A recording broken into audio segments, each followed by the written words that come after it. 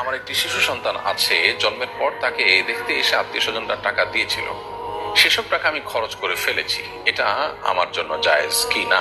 এটার প্রকৃত মালিক কে? এর উত্তর হলো যে শিশু যে সমস্ত গিফট পায় সেগুলোর মালিক শিশু। যদি শিশুর অভিভাবক তথা বাবা মা তারা অভাবী হন, তাহলে সেক্ষেত্রে শিশুর যে গিফটের টাকা বা সম্পদ যেগুলো সে পেয়েছে সেগুলো থেকে শিশুর জন্য খরচ করতে পারেন। অর্থাৎ শিশুর জন্য যা খরচ করলেন সেটা নিজেরা কাটাকাটি করলেন।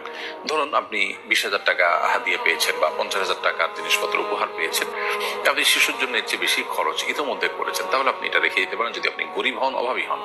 আর সেটা যদি না হয় তাহলে সেক্ষেত্রে শিশুর সেই টাকা বা উপহার সেটা আপনার জন্য রাখা জায়েজ নাই, বরং সেটা আপনি রেখে দিবেন, শিশু বড় হলে তাকে তার সম্পদ বুঝিয়ে দিবেন। আর যদি তার এটা আপনি খরচ করে ফেলেন তাহলে সেক্ষেত্রে এটা ঋণ হিসাবে বিবেচিত হবে এবং পরবর্তীতে শিশুকে ঠিক যে পরিমাণ খরচ করেছেন সে পরিমাণ টাকা ফেরত দিতে হবে।